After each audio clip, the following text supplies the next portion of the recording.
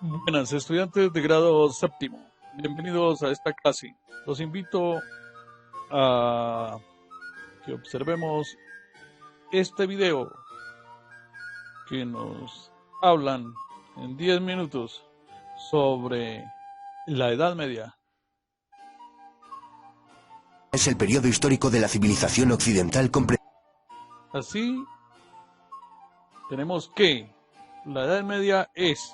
La Edad Media es el periodo histórico de la civilización occidental comprendido entre el siglo V y el siglo XV. Se suele situar su inicio en el año 476 con la caída del Imperio Romano de Occidente y su fin en el año 1492 con el descubrimiento de América. Aunque también se sitúa en 1453 con la caída de Constantinopla, fecha que tiene la singularidad de coincidir con la invención de la imprenta por parte de Gutenberg y también con el fin de la Guerra de los 100 años, una guerra que en realidad duró 116 años entre los reinos de Francia e Inglaterra.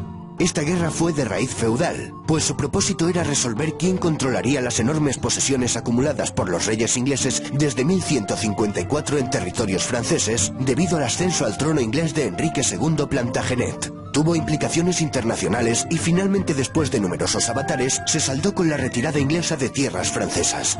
En la Edad Media se sustituyó el modo de producción esclavista por un modo de producción de servidumbre feudal. También se fue produciendo una descomposición de las estructuras centralizadas del Imperio Romano que dio paso a una dispersión del poder. En lo ideológico y cultural se produjo un mestizaje de la cultura clásica con las culturas monoteístas cristiana e islámica, cada una en su espacio. La Edad Media suele dividirse en dos grandes periodos: temprana o alta Edad Media, siglos V a X, y baja Edad Media, siglos XI a XV. Como hemos visto, la Edad Media duró unos 1000 años, y en 1000 años ocurren muchas cosas. Por un lado, en Oriente tenemos la historia del Imperio Romano de Oriente, apodado como el Imperio Bizantino, con la capital en Constantinopla, donde se hablaba griego. Desde aquí se cristianizarán los pueblos eslavos, como los serbios, los búlgaros y los rusos. Por otro lado, en Europa occidental tenemos a un montón de pueblos germanos, bárbaros para los romanos, procedentes del norte de Europa, que fueron descendiendo en sucesivas oleadas hacia el sur y se fueron asentando formando reinos. Estos pueblos aseguraron y fusionaron con su cultura muchos rasgos de la civilización griega y latina, adoptando el derecho romano y el cristianismo como religión oficial. En el año 620 en la Meca surge la figura de Mahoma, que crea una religión monoteísta, el Islam. A su muerte en el 632, la península arábiga era ya en su mayoría musulmana. Sus sucesores tomaron el título de califa e iniciaron una expansión territorial que llegó desde la península ibérica hasta la India. La presencia de los musulmanes como una civilización rival alternativa asentada en la mitad sur de la cuenca del Mediterráneo, cuyo tráfico marítimo pasan a controlar, obligó al cierre en sí misma de la Europa occidental durante varios siglos. Para algunos historiadores, este hecho significó el verdadero comienzo de la Edad Media. En el año 732, en la batalla de Poitiers, con Carlos Martel a la cabeza de un ejército, comienza el retroceso de las fuerzas musulmanas en Europa. El nieto de aquel Carlos Martel, Carlomagno, expandió los distintos reinos francos hasta transformarlos en un imperio, el Imperio Carolingio, al que incorporó gran parte de Europa occidental y central. Conquistó Italia y fue coronado Imperator Augustus por el Papa León III el día de Navidad del año 800. A su muerte, el imperio se acabaría dividiendo entre sus nietos. Alemania y Francia se disputan el norte de Italia. Gana Alemania, que obtiene el favor del Papa y la corona imperial. El resultado es el Sacro Imperio Romano Germánico.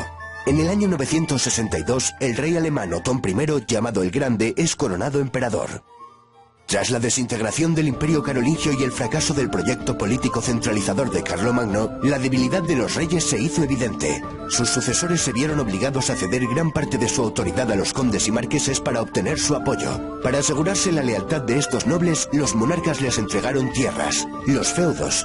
Por otro lado, las invasiones de vikingos, sarracenos y húngaros aumentaron la inseguridad general, lo que obligó a los reyes a encomendar a los nobles la defensa de sus territorios. Nace la figura del caballero. El feudalismo alcanzó su madurez en el siglo XI y tuvo su máximo apogeo en los siglos XII y XIII. Su cuna fue la región comprendida entre los ríos Rin y Loira, dominada por el Ducado de Normandía. Por feudalismo entendemos al sistema basado en una serie de lazos y obligaciones que respaldan compromisos generalmente militares entre un hombre libre, el vasallo, y otro hombre libre en situación superior, el señor. El vasallo juraba fidelidad a su señor y se comprometía a cumplir determinadas servidumbres, principalmente de auxilio militar y consejo político, auxilium et consilium, recibiendo como contraprestación un beneficio, habitualmente el control y jurisdicción sobre la tierra y la población de su feudo o señorío. A esto se conoce como vasallaje. El vasallaje se confirmaba a través de dos ceremonias, el homenaje y la investidura. La posibilidad de que un vasallo tomara bajo su protección a su vez a otros hombres que pasaban a ser sus vasallos estableció una red piramidal de relaciones vasalláticas. Al final del vídeo veremos cómo era la típica pirámide de una sociedad feudal.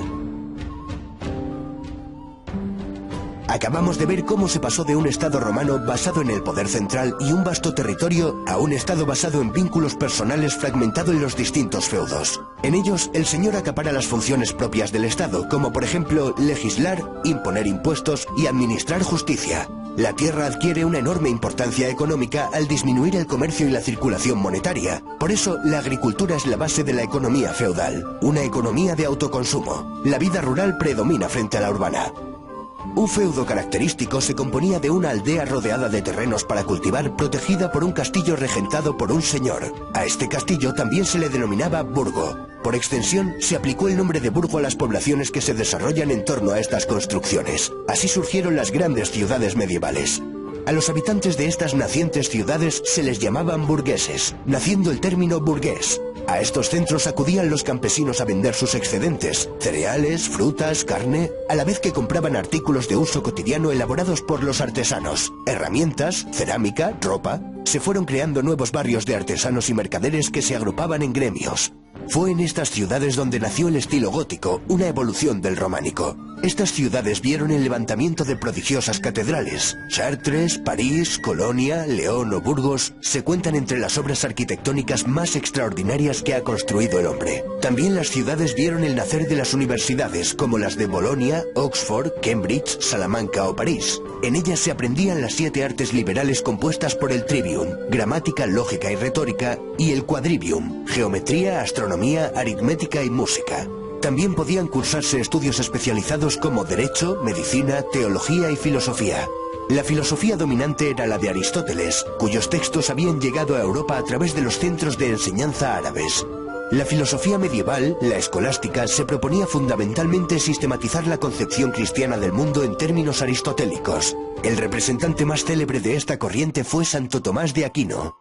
Catedrales majestuosas, universidades... Vaya, parece que la Edad Media no es esa época oscura que siempre nos han querido vender. Y todavía no hemos mencionado los monasterios. Los monasterios también fueron islas de civilización. De ellos no solo emanaba espiritualidad, cultura y cristianismo, también fueron los que introdujeron la roturación de los bosques, beneficiosos inventos como la buena cerveza o maravillosos remedios naturales. Pero los monasterios fueron fundamentalmente grandes escritorios donde se salvaron, copiaron y conservaron los manuscritos que hemos heredado de la antigüedad. Estas islas de civilización no eran lo común dentro de la sociedad medieval. La mayoría de la población era analfabeta. Aquí los juglares y trovadores jugaron un papel muy importante. Eran músicos y poetas que divulgaron oralmente las hazañas épicas de héroes. La Edad Media es la época de los grandes caballeros y los grandes cantares de gesta como el cantar de Mío Cid, la canción de Roldán, Beowulf o el cantar de los Nibelungos. Estos poetas también nos hablaron del amor cortés que expresaba el amor de forma noble, sincera y caballeresca. El mayor ejemplo lo encontramos en la historia artúrica de Tristán e Isolda. La poesía trovadoresca era sobre todo de temática amorosa, pero también podía centrarse en aspectos políticos, morales, religiosos, etc. Otro de los temas podía ser el de las cruzadas, una serie de campañas militares con el objetivo de restablecer el control cristiano sobre Tierra Santa, el territorio geográfico que comprende todos los sitios en los cuales se desarrollaron escenas bíblicas. Para terminar, veamos cómo era la pirámide social de un régimen feudal. En lo alto de la cúspide se encontraban el emperador o los reyes. Para el siguiente escalón vamos a establecer dos columnas diferenciadas, pues la iglesia constituía una jerarquía paralela a la nobleza. Dentro de la alta nobleza tenemos a duques, marqueses y condes cuyos títulos derivan de gobernadores del Imperio Carolingio. Un escalafón más bajo tenemos a varones, caballeros, etc. En la rama del clero también distinguimos entre alto clero, que procedía de la alta nobleza y las familias reales, y el bajo clero, que procedía de familias acomodadas de campesinos y artesanos. En la base de la pirámide tendríamos al 90% de la población, el campesinado. Los campesinos con menos derechos, como el de no poder abandonar el feudo, eran los siervos. La diferencia principal entre un siervo y un esclavo consistía en que, en general, un siervo no podía ser vendido por separado de la tierra que trabajaba, y en que jurídicamente era un hombre libre. Era una sociedad profundamente estática, ya que cada individuo permanecía en la clase social en la que había nacido. Las injusticias que comportaba esta jerarquía eran compensadas por la religión. Toda situación de desventaja en este mundo se compensaba con una situación de ventaja en el siguiente.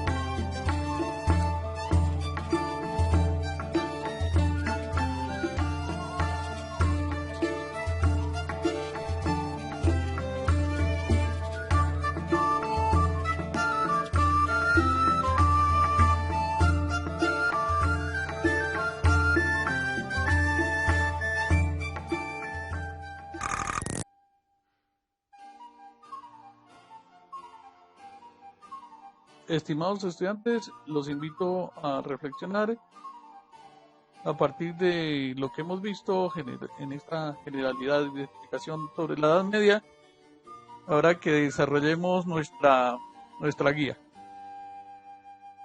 Recuerden enviar los trabajos a José Miguel Martínez Valenzuela a este correo electrónico. Entonces teníamos que la Edad Media va del siglo V al siglo XV y que en la primera etapa se dan los reinos germánicos, la formación de los diferentes reinos germánicos, inicios del monacado, esplendor del imperio bizantino y expansión del Islam. Esta parte de acá desde el siglo V al siglo VIII. Luego del siglo IX al siglo XIII hay dos características de esta edad: alta Edad Media y plena Edad Media. Con la formación de los diferentes reinos germánicos, esto hizo que generara el imperio carolingio. Y pues estos imperios se fueron diversificando en lo que hoy tenemos como Francia, Alemania. Se da la conformación de la cristiandad y la expansión de la cristiandad, la segunda oleada de las invasiones. Hay un arte románico. Después de esto surge la plena Edad Media, y en la plena Edad Media se da la consideración del poder de la Iglesia, constitución del feudalismo y el arte gótico. Y luego viene la Edad Media, la Baja Edad Media, con el surgimiento de las ciudades, fortalecimiento de las monarquías nacionales, desarrollo de las universidades.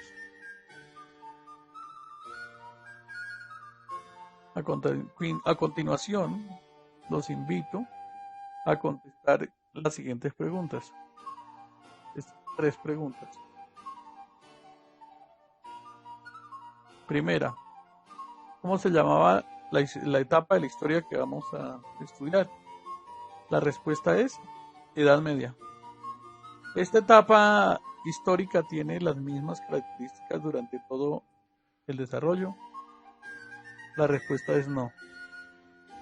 Hay unas características en la conformación de los reinos germánicos, luego otras que se van generando a partir de la Alta Edad Media, luego en la Plena Edad Media tiene otras características y finalmente en la Baja Edad Media se dan otras características. Entonces la respuesta es no. ¿Cómo cree que vivía la gente de esa época? ¿Cómo se vestían? ¿De qué se alimentaban? ¿Cuál era la diferencia entre el vestido de los burgueses y el vestido de los señores feudales? Los invito a leer este texto desde aquí, toda esta parte, a comparar estos dos mapas y ahí sacando las conclusiones. Luego leen lo que está aquí, todo esto, y finalmente contestan estas preguntas. Relacione los mapas que aparecen y explique qué sucedió en Europa después de las invasiones bárbaras. Para eso pueden volver a ver la explicación de inicio. Segunda pregunta: ¿qué similitudes se encuentra entre el mapa de los reinos germánicos y el mapa actual de Europa? Tercera: ¿cómo te imaginas a un señor feudal y a un siervo? Debes dibujarlo, debes entregarle el dibujo de un señor feudal y de los siervos. Describa los derechos y obligaciones de los señores feudales y los siervos en la Edad Media. Elabore una línea de tiempo sobre la Edad Media, resaltando las diferentes etapas. Entonces es hacer lo mismo que está acá arriba. Lo que deben hacer es una línea de tiempo parecida a esta y destacando cada una de estas etapas. Vamos a ver acá la otra pregunta. Elabore una línea de tiempo. Listo, ya esto lo habíamos visto. Es esto: ¿cuándo y por qué se produjeron las cruzadas? ¿Qué era lo que buscaban las cruzadas en Medio Oriente?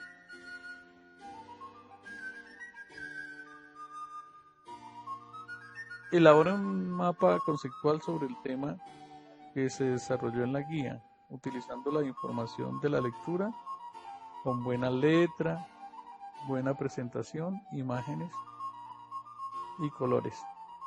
Y presente también las actividades de inicio o exploración. Nota: elabora el trabajo en hojas en blanco o en el cuaderno. Enviarlas escaneadas a josemillermartinezvalenzuela@gmail.com. Debe aparecer la pregunta y la respuesta. Para completar este tema puedes ver este video. Entonces aquí nos dan otro video que ustedes lo pueden consultar. Lo pueden consultar por su cuenta. Finalmente, los invito a que hagan la autoevaluación de acuerdo a cómo desarrollaron la unidad.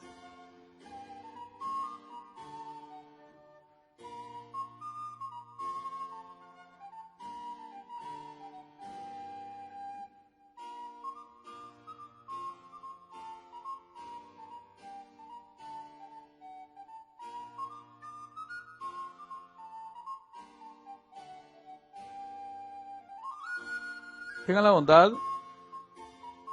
de elaborar, de hacer un audio y me lo envían al correo electrónico o al WhatsApp, explicando lo que aprendió sobre esta unidad.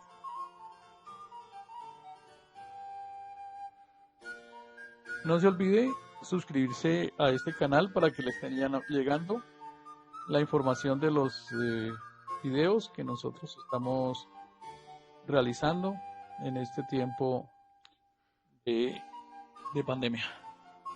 Queridos estudiantes, tengan un feliz día y nos vemos en clase virtual. Hasta pronto, amigos.